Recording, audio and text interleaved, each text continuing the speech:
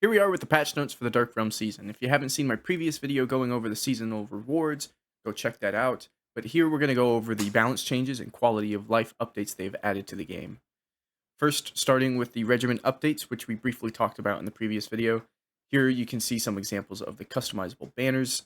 You got, banner shapes, banner insignias to put on top of it, and banner colors with a primary and secondary color for the banners. You also have these traits, which we also previously talked about, which there's only 6 of them, and they're focused on welcoming newer players, being a casual, social, or hardcore focused regiment, and whether you prefer World War II or Cold War. You will see these when seeking out regiments, and you can use them as filters to find regiments that you like or that you would like to join through these traits. Moving on to the commander skills, equipment, and consumables update, we do have a lot to talk about here, and there's actually a whole different article which we'll bring up in a second that I was hoping they would update, but they did not. So when we get there, I will have to tell you what on that article is not accurate. But first of all, you can see here that Sixth Sense is becoming a free skill, and it will be still shown on commanders. And what this indicates to me, actually, is that if you don't have a commander, you will not have Sixth Sense. So there still is a way to not have Sixth Sense in your tank or in your games. And that's if you're one of those weird people who play without commanders. But also, what this means is for newer players who don't have as many commanders, because you can't get commanders for free, unless they reward them to you, you might be playing without Sixth Sense on some vehicles, despite Sixth Sense in this update becoming a free thing. So keep that in mind if you're a very new player and don't have that many commanders. If you were excited to hear people were telling you, or we had the misconception that, Sixth Sense was just going to be like targeted, where it's inherent, it is not. It is still on a commander, but it is in this free slot of Sixth Sense only. And they did want to clarify that too, that slot isn't a new slot. It's not a 10 skill commander. That is only Sixth Sense and will only ever be Sixth Sense. But now let's move on to that other article and see exactly what the changes are. And first up, we have some not skills, equipment, and consumables changes, but actually some mechanical changes for Cold War. They are upping the standard spotting duration time from 5 seconds to 10 seconds. And one of the reasons they're doing this is because they are adding skills to the game and passives on some consumables for Cold War specifically that can reduce the amount of time that you are spotted. So, as you can see here, for Cold War, the minimum and maximum spotted time duration can be changed by 5 seconds up or down. So you can still get a 5-second spotted duration time by picking perks and consumables that will reduce your spotted time for you. And you can spot players for up to 15 seconds if you pick the perks that increase the spotted duration time for the tanks that you spot. Which, if you spot a player who has the 5-second decrease to spotted time and you have the extra 5 seconds, that will obviously cancel each other out and will be 10 seconds. For World War II, the minimum and maximum spotted time duration can only be changed by plus or minus 3 seconds, and that's because we do not have the smoke screen consumable, which you'll see is one of the passive changes that is coming in that section. They are also increasing the minimum spotting distance from 35 to 50 meters. But now moving on to the commander skills, equipment, and consumables changes, we're not going to hit these plus signs because they actually just make a mess of the screen. Instead, we're going to focus on these images that they have shared. And firstly, you can see that they are stating that there are some new and returning skills. And radio jamming is one of those spotted duration time decrease skills that is making its way into the game with a 3-second decrease to your spotted duration time. Jack of all trades is returning, which is the penalty for wounded crew on performance is reduced by 25%. This was one of those really nice perks for back in the day when medkits were not reusable. But now that medkits are reusable, I really don't know how many people are going to be choosing Jack of all trades on a limited perk crew.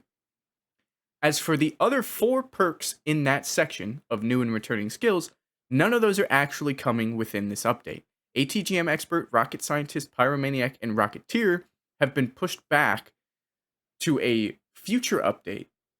And the reason they were doing this is so that they could get this big pass through, because they were still working on niche and specific perks and equipment pieces like those 4 that I just named that only do something very specific to very specific tanks. Obviously, you can see ATGM Expert only applies to tanks with ATGMs, Rocket Scientist only applies to tanks with unguided rockets, Pyromaniac only applies to tanks with flamethrowers, and Rocketeer only applies to rocket booster vehicles. All of those will be coming to the game at some point in time, but they are not in this update, so ignore those on this image. As for the next section, they are combining some skills because they probably have realized that, well, with the 9 perk limit, a lot of skills just aren't good enough to put in that 9 perk in any of those slots, which is also why some perks are being removed to make space for other perks. They have combined Adrenaline Rush and Last Stand. So now you get a 15% increase to your gun reload speed and 25% increase to your commander's effectiveness when under 10% HP. What that also means is that 15% increase to gun reload speed actually becomes even more because you are buffing your crew skills.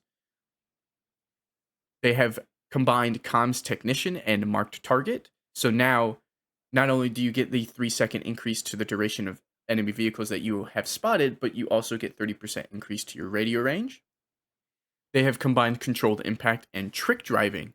So not only do you decrease the ram damage to yourself and increase the ram damage to the enemy, but with this one perk, you also decrease your fall damage. They are combining Deadeye and Iron Mace into Expert Gunner, so you have 6% increase to the chance of damaging crew and modules with non-HE shells, and 25% decrease to the effect that distance has on your shell's penetration values. This one is a massive combination that I think is going to become a perk that everyone uses on tanks that aren't HE priority tanks. So this isn't a perk you're going to want to use on something like, say, the Avery, or even the Type 5 Heavy, or the Sturm Tiger. Even though those tanks do have heat rounds, that secondary part of Iron Mace, having the decrease to the effect that distance has on shell penetration, doesn't really matter. And you aren't, because of your heat rounds, not losing pen over distance, and you're not going to get your increase of chance to damaging crew and modules with your HE rounds. So with tanks that have heat and HE only, this is only going to affect one of your rounds. So maybe you want to use it, but I don't think you will. The next one that they're combining is actually a huge one that I'm going to put on a lot of vehicles, and that is Fire Prevention and Firefighting. Combining both of the fire-oriented perks is a huge buff. 10% decrease to your fire duration and a 33% decrease to the chance of a fire occurring. This is massive for tanks like the FE-215B and the Object 279E and most Russian vehicles that get set on fire. So this one I really like. Overall, the combined skills was actually something I wasn't expecting, and all of them, I think, ended up being very nice.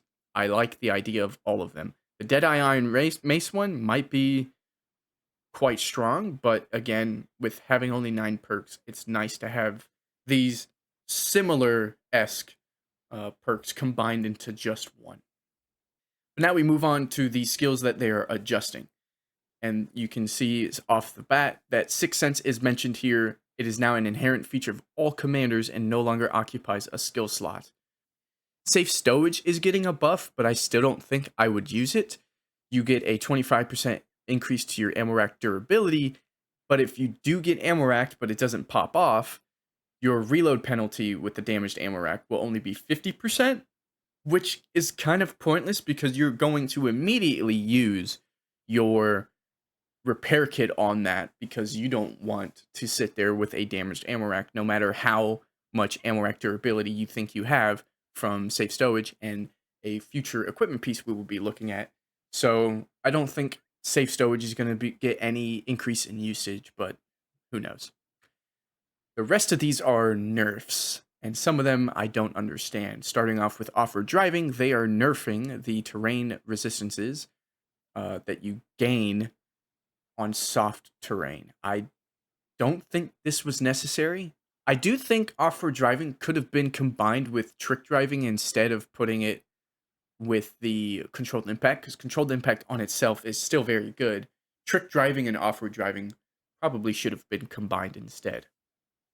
Born Leader is getting a nerf to 5% instead of a 10% skill effectiveness boost, which this does mean your reload speeds won't be increased as much, but those were minimal in the first place because it's only 10% to your crew effectiveness, which isn't an exact 10% direct buff to your reload time, but this is one of many reload nerfs in this update. Camouflage Expertise. This is one where the image here says 10% to 4%, but in actuality, through feedback from the community, they are not decreasing this all the way down to 4%, but they are still decreasing it only to 7.5%. So not as much as 10%, but not as bad as 4%. Snapshot finally is being decreased down from 12 to 10%, which I'm pretty sure back in the day this was a perk that was 7.5%, so it's still better than it used to be. That one is probably still a must-have on all of your vehicles. They name all of the unchanged skills, but none of those really matter. Armor Angling is actually one that I want to go over because that is a damage reduction skill, and it is still in the game. I don't know why, but it is still in the game. As for the rest of them, I wish they would have done something to Quick Learner, like maybe have it to where when you reach max skills on a commander, Quick Learner becomes free to replace, potentially. Would have been nice, because I don't think anyone is still going to be using Quick Learner. But now the removed skills are Rapid Loading and Steady Aim. So yes, we are losing 10% rate of fire, or reload time, which will decrease our DPM and rate of fire, and we are losing 10% accuracy. This should not be a problem. This is something I've been advocating for a long time. And all this means is that games are going to be a little bit slower. You have more reaction time between the enemy's shots, and the enemy has more reaction time between your shots to do something and change up their playstyle, change up their angling, change up their armor. And it's just going to make for more fun, dynamic battles rather than these instant shot, shoot as soon as reloaded, quick fights that we've been having.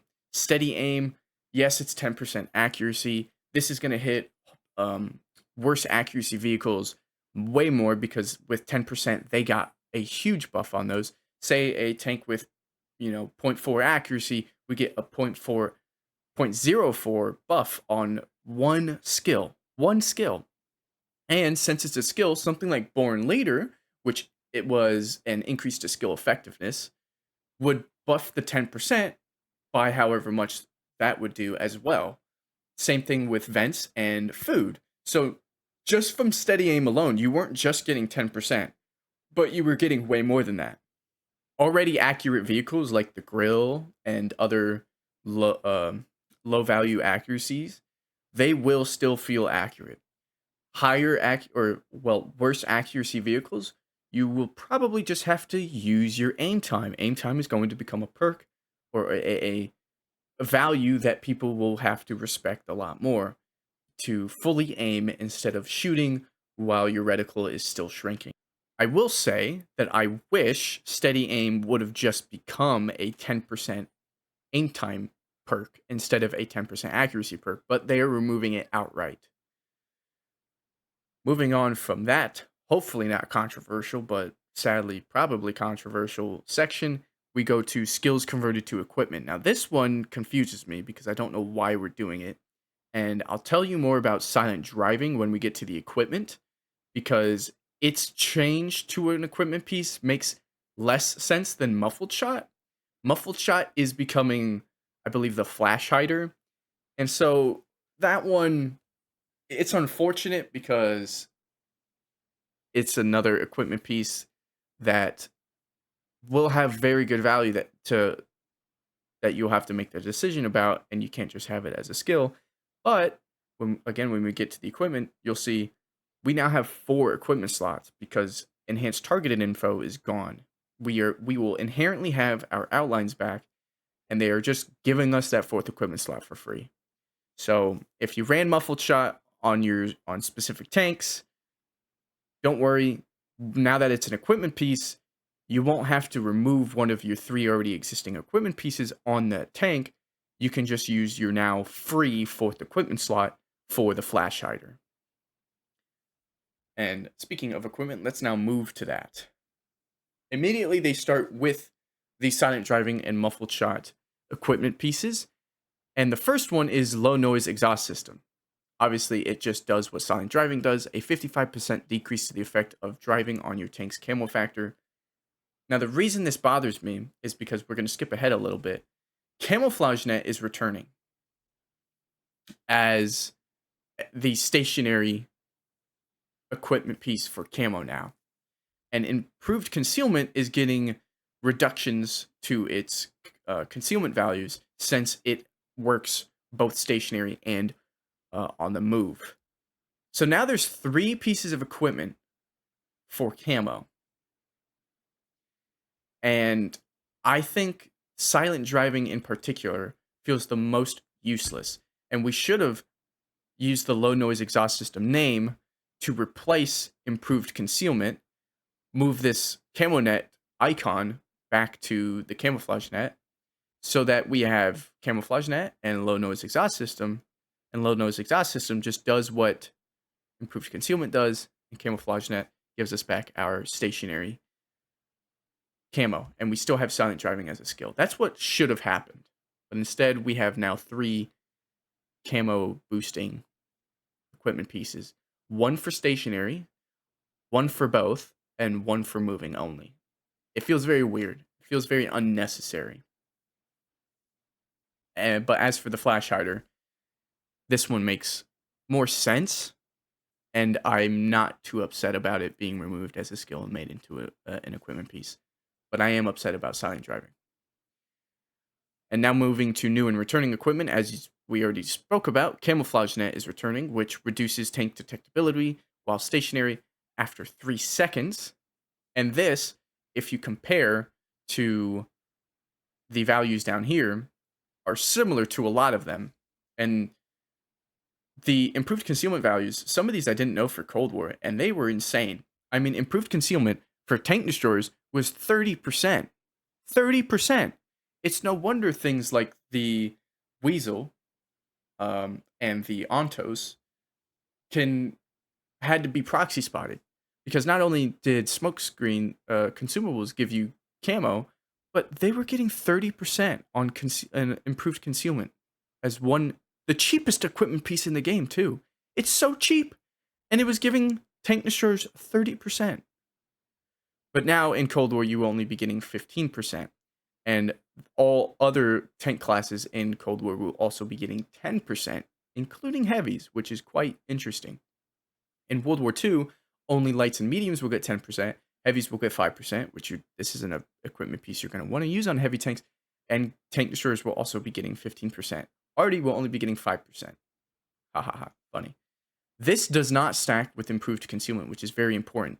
Improved concealment will work while stationary, but after 3 seconds, if you have both of them on, after 3 seconds, your improved concealment values will be replaced by these if these are higher than improved concealment. So if you look at it, the light tanks will only have a 5% while stationary. So the improved concealment values will still give you improvement to your concealment while stationary, but they will only be half of what camouflage net will give you. And after 3 seconds, once camouflage net procs, you're basically doubling what you get from your improved concealment if you're running both of these equipment pieces, which could be a viable strategy. This might help you in some certain situations, but overall, I don't think people will be running both of them at the same time. But just in case you do, they do not stack. Up next in the returning equipment, we have Binocs, which is also another stationary equipment piece. This is a 15% bonus to spotting range when the vehicle is stationary, which, if I'm not mistaken, and you can tell me in the comments, um, I thought this was 25% view range. It's only 15, which optics is not being changed, and that's 10%. So, and it also does not stack with coded optics. So only an extra 5% for being stationary is not that significant. So I do wonder how many people are going to be using Binocs. And again, it is after standing still for 3 seconds. I think the only tank I'm going to use this on are the Sturves and maybe some light tanks that I want to passive scout in. But overall, you're not going to use this on a lot of vehicles. And even the ones that you want to, only 5% more than coded optics seems kind of lame if you ask me. Now, the next one of new equipment is actually also one of those, like those 4 skills that I talked about earlier, that's not coming within this update because it is very niche and very specific. And again, instead of working on these and getting them too quickly or having them hold up the entire pass, they decided to push these niche ones back further down the line and be able to put out this pass now. So Cooling Jacket would decrease the overheat penalty by 25%, which feels like an equipment piece that will be necessary on things like the Gao and the Vigilante, or actually not the Vigilante, he doesn't have overheat, but things like the Gao and whatnot. So luckily, again, you get the 4th equipment slot for free. So even though this one feels like it'll be a must-have on those vehicles, it doesn't take up your 3 existing pieces. But again, it's not coming out within this update, so don't worry about it right now. They combined only 1 grouping of equipment, and this one I actually quite like. Engine protection, reinforced ammo rack, and reinforced fuel tank have now all become 1 reinforced internals equipment piece. This is huge for tanks, again, like the 279E and maybe the FE215B, or other vehicles you find that get ammo racked or set on fire quite often. I think this will be my 4th equipment piece on the 279E, and now the 279E might be a fun tank to play because you don't have to worry about getting ammo racked or set on fire every other game. Moving on to adjusted equipment, we have 3 buffs. The first one being the fact that enhanced target info isn't actually being adjusted, but removed. And just like Sixth Sense is now an inherent feature of all vehicles, so this one everyone will be getting, unlike Sixth Sense where you still need to put in a commander. This one is inherent to all vehicles and no longer occupies an equipment slot. Advanced armor, unlike armor angling, the skill, is being changed from 5% damage reduction to a 5% increase in hit points. I don't know why they didn't make this 10%. They might be too afraid. But the fact that we buffed a lot of vehicles to 440 and 420 and whatnot raised the alpha of tier 10. And 10% HP would have been nice because what this means now is something like the mouse, you're only going to be able to get 3150. But at the same time, we still have a 5% damage reduction skill in the game. So maybe that's why they didn't do it. But I would have preferred, if they're only going to go 5%, I would have thought that they could have combined armor hardening with the next update to an equipment piece, which is the Spall Liner. That would have been nice in my opinion. And the Spall Liner is actually a equipment piece that you might want to use in Cold War, because not only will it reduce ramming and explosion damage received by 50%, which people like to ram in Cold War already, so you might already be using a Spall Liner, but now this will reduce module damage from ATGMs in particular by 25%, meaning you might not get one-shot ammo racked with a Spall Liner on. It also reduces auto pen damage from rotary guns by 100%, meaning that you can guarantee that the Vigilante doesn't do any damage to a mouse. That's interesting, isn't it? I think Spall Liner and armor hardening will go very well together, especially since you have 4 equipment slots now. We've already talked about the improved concealment nerf, which has been changed from advanced concealment to improved concealment for whatever reason. And all of the values are being halved in World War II, and in Cold War in particular, the tank destroyers are getting hit the hardest from 30% to 7.5%. Gun stabilizer is apparently doing something new in terms of doing what it was supposed to do. I swear gun stabs were changed like 3 different times to only be improving shell accuracy while moving vehicle movement accuracy plus 20% and turret rotation accuracy plus 20%. But here they admit that previously it increased the overall gun accuracy, but now it only affects accuracy during turret rotation and movement. Isn't that what it says it did? So this one's interesting to me. Unless I'm somehow misunderstanding it, but I swear we fixed gun stabilizers like 3 different times. So hopefully this time it truly is fixed and only buffs your on-the-move accuracy and your turret rotation accuracy. The next nerf is actually a bad one in my opinion, but also one that isn't accurate on this screen, and that's for the gun rammer over on the right side. It's going from 10%, not down to 5% like this image shows, but up down to 7.5%. So just like camouflage expertise back in the skills, this is another one they heard feedback from, and instead of just saying we're not going to nerf it, they still want to nerf it, but they lowered the nerf from a 5% nerf to a 2.5% nerf. So gun rammer is going down to 7.5%. Rapid loading, which was a 10% reload buff, is being removed. The Born Leader perk for crew performance is being reduced down to 5%. We're getting a lot of DPM nerfs here. And as much as I wanted rapid loading gone, I didn't want Born Leader to get nerfed, and I didn't want Gun Rammer to get nerfed. So I'm not sure why they're going so hard on all of these DPM nerfs and whatnot. But, and the things that also nerf the DPM, also nerf the accuracy as well with the crew performance and stuff. So this one, it's very interesting. Hopefully it doesn't feel too bad. And I know if some people really don't like it and they go, oh, you asked for this. I only asked for rapid loading to be removed. I didn't ask for all this other stuff that they decided to do. Anyway, moving on from that, traction system is being renamed to additional grousers and no longer will increase your max speed by 10%, but instead will only increase your whole rotation speed by 7.5 instead of 10, but also increase your handling on all terrain types by 7.5%. So maybe this is why off-road driving was nerfed, because they were adding additional grousers. So now you can get terrain resistances on an equipment piece as well. Gun lane drive, for whatever reason, is being nerfed from 12% aim time to 10% aim time buffs.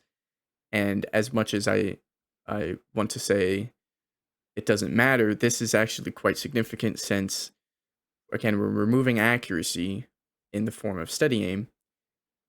And I think aim time is going to be a much more important value, and they're nerfing the aim time equipment piece. This is another one of those that I don't think was necessary.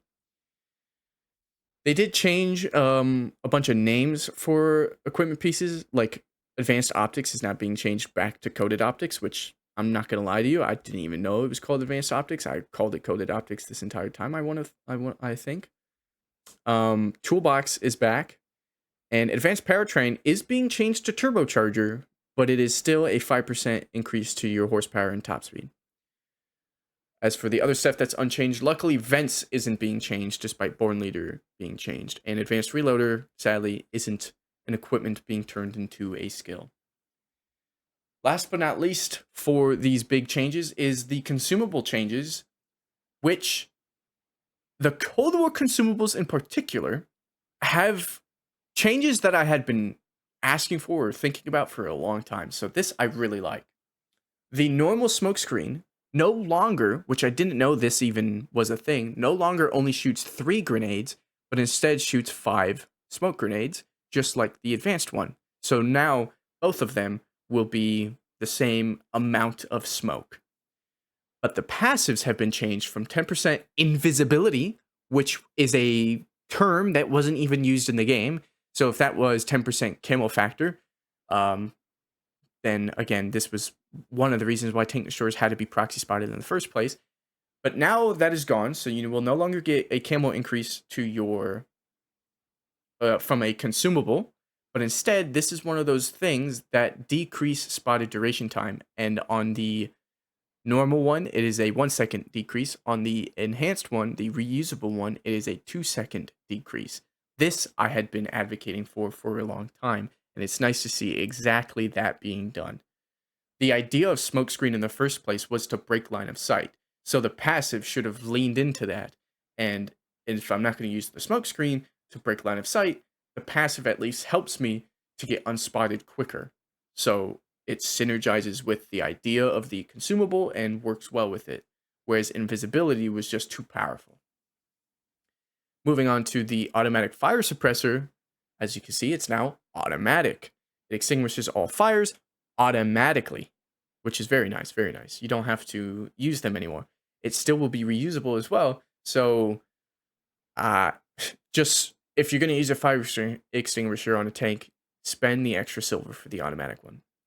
I do wonder, and we will test this, hopefully, if it still guarantees like 3 ticks of damage to the enemy.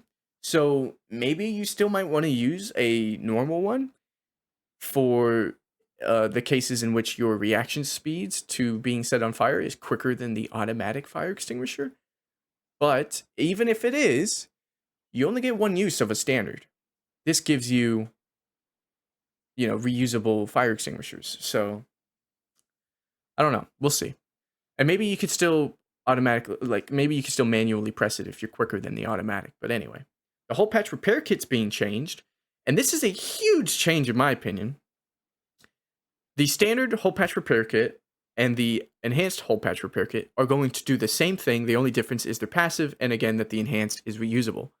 Instead of restoring only 5% of your tank's HP over a 20-second duration, which was a really long time for a very little amount, and again, the enhanced one has like a 2-minute cooldown as well, it will restore up to 20% of your health, which seems like a bit much. I would have preferred 15. But this will be over 30 seconds. But this is how they get it to be a little bit more balanced. Your healing rate will be halved while you are moving. So if you're moving for the whole 30 seconds, you're only actually going to get 10% of your health back. But if you take any bit of damage, and I wonder if module damage will count for this, or it has to be actual HP damage, your healing will stop completely. This is how it kind of works in World of Tanks Heat, as it's now called, instead of Project Cold War. And I thought it worked well there to encourage you to, if you want your HP back, you have to disengage. Because right now, as it works, people just use it the moment they take 1 shot's worth of damage to try and be able to use it again in 2 minutes and try and get enough uses in it to make sure that they can at least take 1 more hit than they otherwise would have if they weren't using it. And what it means too is they're just using it and you're seeing them gaining HP while you're actively looking at them and shooting them. They don't have to go and disengage. This now means you have to disengage. And if you want to move around for those 30 seconds, it's going to be halved. So as much as I think 20% is a lot, it's 30 seconds of you standing still, disengaged from the fight if you want that full 20%, or it's 10% if you're moving the entire time but not getting shot. So I really like this change. Does this mean I want to play Cold War now? No, but these are all steps in the right direction in my opinion. Moving on from that, we have Enhanced Rations, which activating it will still get you a 15% crew performance, but now on the passive side of things, you only get a 5% crew performance buff from food. This kind of sucks. I wish they would have just removed the fact that it's active. Overall, in my opinion, that would have been better. And this is another instance of my reloads are getting worse, not just because rapid loading's gone, but because food's getting nerfed, Born Leader's nerfed. Luckily, Vents wasn't nerfed, but Gun Rammer's nerfed. At least the active use of the food isn't being changed, but this is another change that I feel is very unnecessary. That's it for the equipment, consumables, and commander skill changes. but there's still more to talk about for the patch notes of the Dark Realm seasons, because there's actually some tank balance changes that I didn't know were coming this season. They had talked about a few of these in previous streams, but I didn't think they were going to make it to this season. So let's go over those now. There's a lot more in this article, but I wanted to skip to this, and we'll go back and read the rest of it in just a moment. But let's start with their tier 10 tank balance changes. There's no Cold War changes, and there's 36 tanks overall that have been updated. Starting with tier 10, we have the Jaegeru, which is actually getting a significant reload time buff to give it some more DPM. The next one is the Canonian Jagdpanzer III GST Term, which is one of the only remaining 400 Alpha 120mm in the game, but not anymore because it's being turned into a 440 Alpha one. This one was a tank I always thought could have been one of the only 420 Alpha guns in the game, but seeing as they did what they did with 105s and 120s, and the Sturv is a 420 now, it makes sense to put this at 440. They did nerf its reload, but in nerfing its reload, they still gave it enough alpha damage increase to give it actually a DPM increase at base value, which is really nice because it wasn't great in the first place back when it launched. Then they buffed it by I think like 200 DPM, and now it's getting just over 50 more DPM. So that's nice. The next one is actually a tank that I don't think needed buffing at all, and in fact, having the 106, which I thought was 107mm, having the 106mm recoilless rifle, having a 2-second interclip, is actually kind of scary in my opinion. Its accuracy is going down to 0.28, which 0.3 was already accurate enough. Its traverse speed is being bettered by only 2 degrees a second, but this just feels like unnecessary leeway for a tank that's already strong. I saw that they were going to buff this vehicle, and I decided to play it, and my god, it's much better than I remember it being. The downsides of the shell speed, they're just not that big of a downside to like really make it that difficult to play the vehicle. And now it only takes me 4 seconds to unload a mag, so I can run in with better traverse speed and better accuracy. I can run in and assassinate a target in 4 seconds instead of 6 seconds. I don't know. I don't think this was necessary, but it's also not insane that it's like, oh, the bat's all of a sudden going to be even better than it already is. This is just improving its already scary potential that much more. Now, what is a huge buff, and a massive one at that I can't wait to play tomorrow, is the E50M is finally getting its 250mm turret front. But it's not just getting that, it's actually getting its turret cheeks buffed to 150mm. This means you might actually be able to angle the turret and get even more out of that 250mm face. The sliver between the cheeks and the bustle side is being buffed. It's not being buffed. They said they added turret armor. So they added some turret armor. So that's interesting. I can't wait to play the E50M. They gave it DPM, finally. It's no longer the worst DPM medium tank that goes to the CS63 after that thing got nerfed.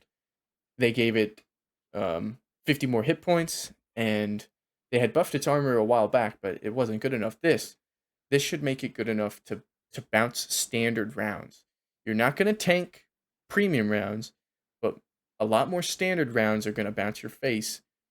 So this should make it feel a lot more brawly, like it should have been. The next two are quite interesting because the Panzer 7 and its brother, the VK72-10K, are getting gun depression buffs between the front hull periscopes, which I didn't know it could even do that. I didn't know that it had that situation of little raises in the hull that decrease your gun depression. It didn't have that before, but now it's going to. It has 7 over the sides, but over the front it was always 5. But now you'll be able to have 7 over the front, but directly over the front. So this might actually annoy some players, but this could help the vehicle play ridges a lot more on a dead-on angle instead of having to play over its side. But overall, I actually really don't see this being a massive change to the vehicle. The VK7201K is still missing the side armor buff that the Panzer VII got, and I don't think that side armor buff is actually what the tank should have gotten in the first place. It should have gotten a lower plate buff so that it's a toe peeking vehicle instead of a side scraping vehicle. But anyway, moving on to the Rheinmetall Panzerwagen, which is actually becoming a 360 alpha damage light tank. This one kind of pisses me off because I've been advocating for a lot of 360 alpha light tanks in the game, but I wanted the 390s to be nerfed to 360, but now we're buffing the 320 to 360. And its DPM is going up by 100, even with the reload nerf that it's getting by 0.6. Its DPM is going up by 100 with the 40 extra alpha that it gets per shot. And they're giving it 10 more rounds. So it's an interesting buff to the Rheinmetall Panzerwagen, which was already the light tank with the most DPM. They gave it even more, and they gave it higher alpha damage. The next tier 10 buff, and the last one for the update, is another alpha damage increase to a 120mm, which now, I think that means the only remaining 400 alpha 120mm is the XM66F, a tier 8 unskinned Roswell. The Centaur CC45T, though, is not becoming 440 like I was worried it was going to when they had teased that this was getting buffed in the first place. They recognize it's an auto reloader, and just like the Progetto 65 being a 360 105, that the Centauro being a 120 should still be lower alpha than 440, and they made it 420. What I think they should have done, if they wanted to do anything like this, the single shot should have been 440, and the auto reloader should have stayed 400, is what they should have done. They did nerf the single shots reload by 0.2 seconds, but still that gave it like 70 DPM. So with the 20 alpha increase. They didn't nerf any of the values of the reload for the auto reloader though, so you're just getting 20 more alpha with the same reload values. And if you don't know about the auto reloader on the Centauro, you're encouraged to dump your mag because you actually have the best reload when your mag is empty, which means you get to play as an autoloader first and then a single shot, instead of playing like a single shot and reserving your autoloader for when you need it. So I don't like the Centauro for that reason, because that's just so powerful, and now you get to hit for 420. So that's cool. Not. Moving on to tier 9, the Baby Waffle's getting buffed, but to its terrain resistances, shot dispersion penalties during movement, and to its 15 centimeter accuracy values on its second turret. So nothing significant in my opinion, because I think the 12.8's better, but it is what it is. The Jagdtiger is getting 100 more horsepower. I don't know why they didn't show what the horsepower per ton now is of the Jagdtiger with this buff, but that's cool. Better horsepower. The Conway is getting a reload buff by 0.4 seconds on its BL 5.5 inch gun. Not sure what the alpha of that one is, because British, of course, have to use inches and other weird calibers. So I'm not sure which one that is, but its DPM is being buffed by 100 with this 0.6 second buff. The T30 is also getting a buff by 120 DPM with its 105. So that's not its 120 nor its 155. So I'm not sure this one's even significant. The T95 says updated cupola geometry. This could actually be a nerf to the vehicle, and the fact that the T95 is in a balance pass and did not get 1950 HP kind of peeves me. Wargaming, why is the Doom Turtle still not as healthy as the other tortoise? Come on, man. Only updated cupola geometry, which its cupola geometry was one of the more annoying cupolas to hit in the first place. So, like I said, this could actually be a nerf to the vehicle. Hopefully it's not, though. The SU-122-54 is getting an accuracy buff to its 122mm on its first turret, even though it doesn't have turrets, by a 0.02, and that's the only significant thing. Well, it's a hull locked tank. It doesn't have a turret, so the fact that it on its second tracks it's getting 5 more degrees of turn speed is actually quite significant. Now that I think about it, the E50M is getting similar buffs to the turrets, with the added turret pieces for armor 17 and 18, and of course its turret front isn't going to be 250, but 215 is a nice buff, as well as its turret cheeks from 80 to 130. The WZ-120, which is the tier 9 medium tank for China, they are removing the stock engine and the stock 100mm gun. There is still a 100mm gun, though, the 60-100T, not the 59-100T, and they are buffing its reload to give it more DPM on its first turret and its second turret, as well as giving it more ammo capacity. So this, I believe this tank does get a 122 as its top gun. So this is just one of those buffs to vehicles to better its stock grind experience, which is always nice to see, especially since it had two 100mm. It's nice to have the stock one gone and buff the remaining one. This one is one that I'm going to play after the update comes out. The Kampfpanzer 50-ton is going from 320 alpha damage as a 105mm at tier 9 to 360, and they're not touching its reload whatsoever, so its DPM buff is significant from 2086 to 2348. That's very nice. And this is a tank I had forgotten about, and I liked the idea of making its 105 do 360 at tier 9. I like this one. As for the Tiger Mouse, we are getting access to its secondary gun. This is huge for the vehicle because it's already got more DPM than the Mouse, only slightly, and that's because it does 530. But it didn't have the added utility of the clearly there secondary gun. So this one, good buff. Good buff. Tier 8, the WZ-111 1G-FT is already a good vehicle, so I wonder what this is going to do to it. It says rearranged linear vehicle progression so that the gun 122mm 60-122 TG-FT is available earlier. So this is already you can see that this is one of those stock experience grind buffs, but that's nice to see. For those, LVP does mean linear vehicle progression. Hull armor 13, which are the superstructure cheeks. I like that they are specifying where these are as well. It's getting buffed by 10mm. That should help. It's already a strong tank. As for the guns, the Top Gun, which is now available earlier, is getting a big reload buff, a 0.01 accuracy buff, some aim time buff, and so its DPM is going from 2182 to 2315. Moving on to the AMX AC ML48, it's getting a reload buff to its 90mm, and so that's a DPM buff by 200 there. The Rheinmetall Borsig Waffenträger is getting a buff to both of its guns.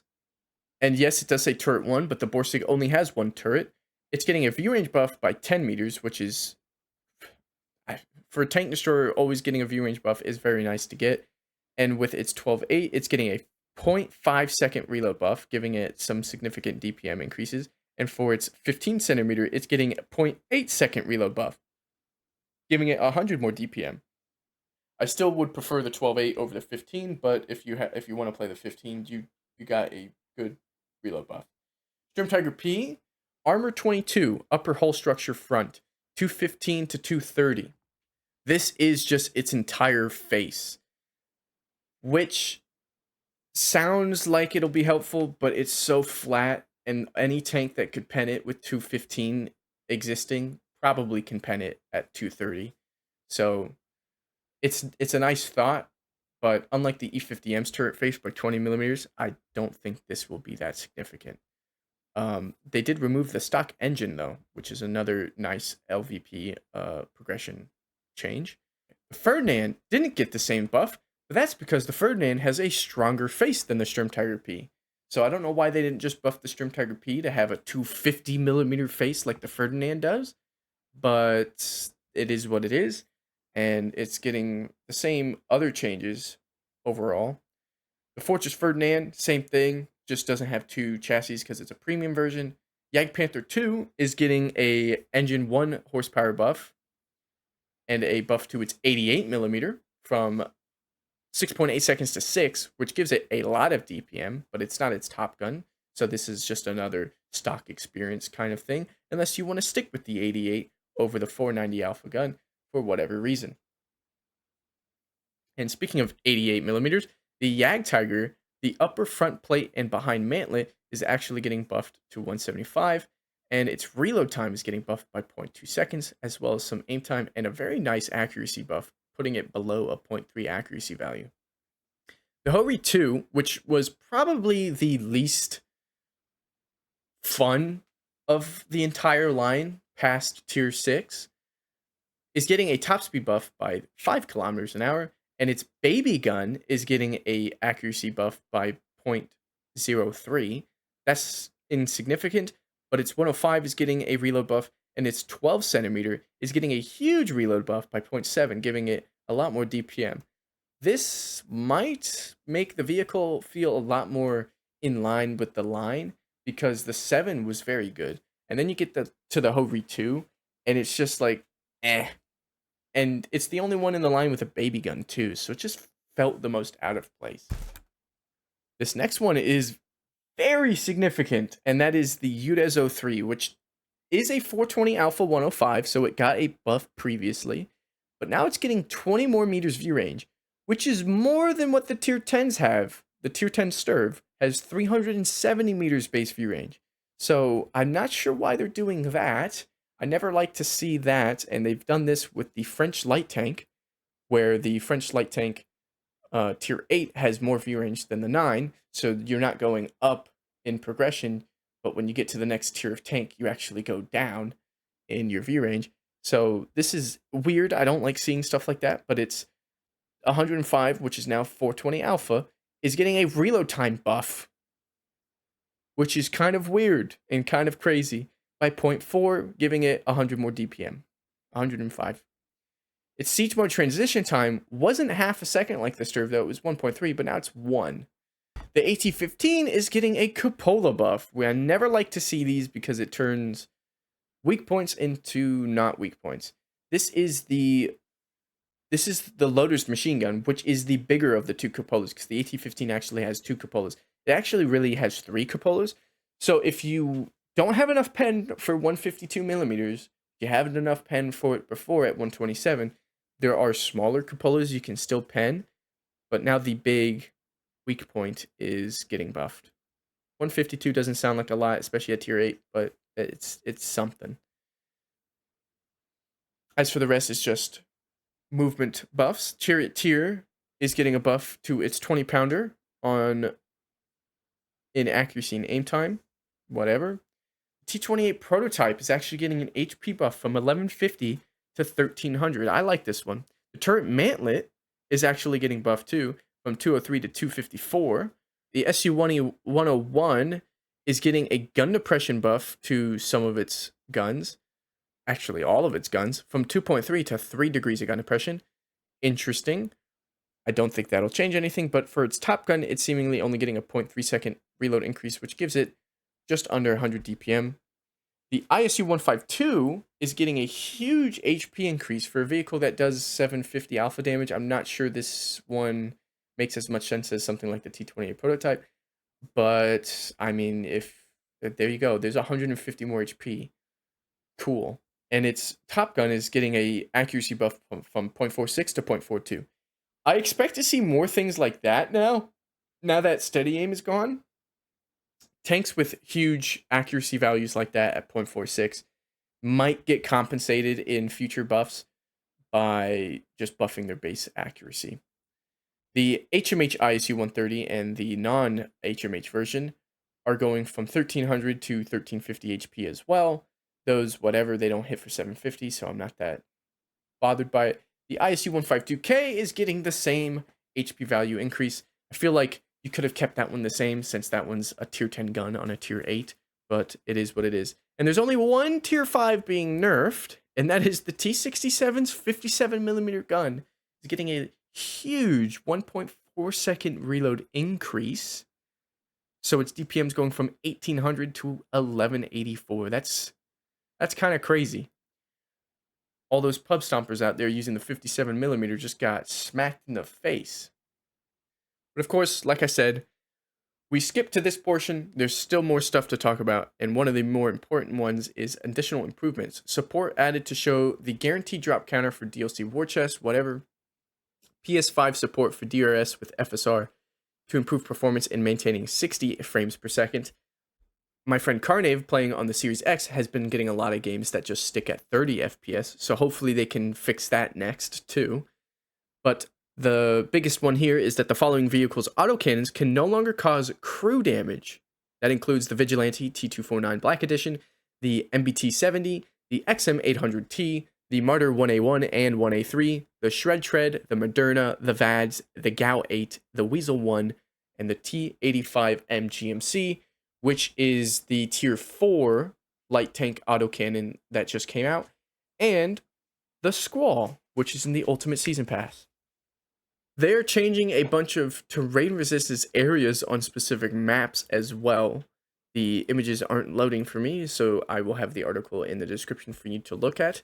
But this one should be happening to a lot more maps in the future as well. But this is quite an interesting topic, as terrain resistances have been nerfed, but also added to an equipment piece, with off-road driving getting a nerf on soft terrain and 7.5% being added to additional grazers. And terrain resistances have been something they've been talking about touching in Cold War to limit tank mobility. So I wonder if all of these kind of changes have been with that in mind.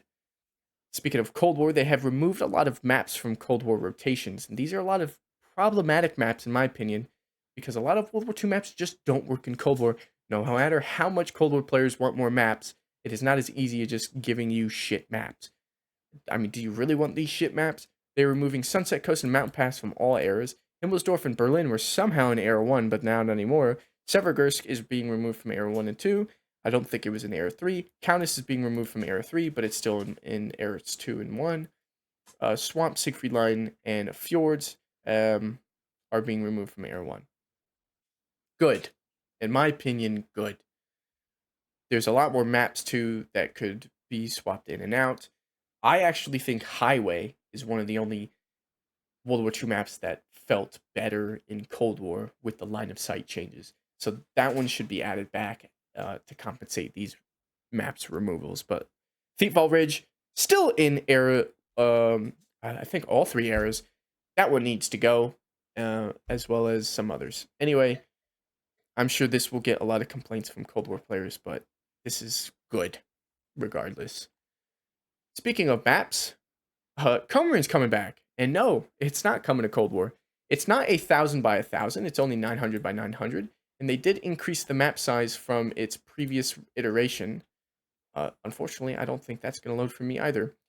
And it isn't every tier except 1 and 2 for World War II. So you will see this at tier 10. I hope it does get dropped, though, because I don't think it's going to work, even at the increased size. The next update is the HUD update, which multi-turret HUD and weapon mechanics have been improved. Your primary turret's main weapon will always be displayed on the left side, with any other turrets and weapons represented on the right side. So what they mean is this. So your reload time for your main gun is here on the left side, and there's an arrow indicating that's the one you're on. And then with the Oni here, it has 2 multi-turrets. You can see both of their reloads on the right side. This is very nice. I like this a lot. They're also adding it to have multi-turret vehicles now have an all-fire mode, which will have its own new unique icon, which they have added new alternate mode icons with Rocket Barrage. I'm not sure if this just means, tanks like the Calliope, when you switch, it'll tell you you're in Rocket Barrage mode. And then Turbo mode, which this is really nice because these alternate modes using the same sort of icons as the Siege modes, they didn't really make a lot of sense, and they were hard to tell which mode you were in. I hope to see another alternate mode for the wheeled light tanks, but they're probably not going to do those. But overall, I think these are huge improvements. These are actual improvements, so kudos to you, Wargaming, on these. Moving next, we have those additional updates that was teased in the trailer. The launcher update is as insignificant as I thought it would be. The launcher received a small but useful quality of life update. Your currently selected server is now visible without having to open the server display. Okay, cool, whatever. They also changed this text from select server to change server, whatever. Map border update. Here's the image of a big red wall that will slowly come into view if you're looking towards the map border and driving towards it. If you're looking away, it won't be visible, I think they said. But yeah, this has been a requested feature. Um, it's not an option to turn it off. Some people were asking if that bothers you. But moving on to the updated booster menu, it's not vertical like I thought it was, but they show you all of your active ones at once. So this is nice. I like this. And they're drop down menus now too, so that you can make the list shorter if you have a bunch. And this is a nice improvement, I will say. There you have it for the patch notes for the Dark Realm season. A lot to talk about in this one. The commander skills, equipment, and consumables update wasn't perfect, but there's a lot to like in there. And the balance changes were quite interesting to see on most of those vehicles. Some of them also too, though, unnecessary. But I can't wait to play the E50M and the Kampfpanzer 50 ton. That'll be nice. Anyway, that'll do for this already long video. Thank you for watching, and I'll see you in the next one. Take care.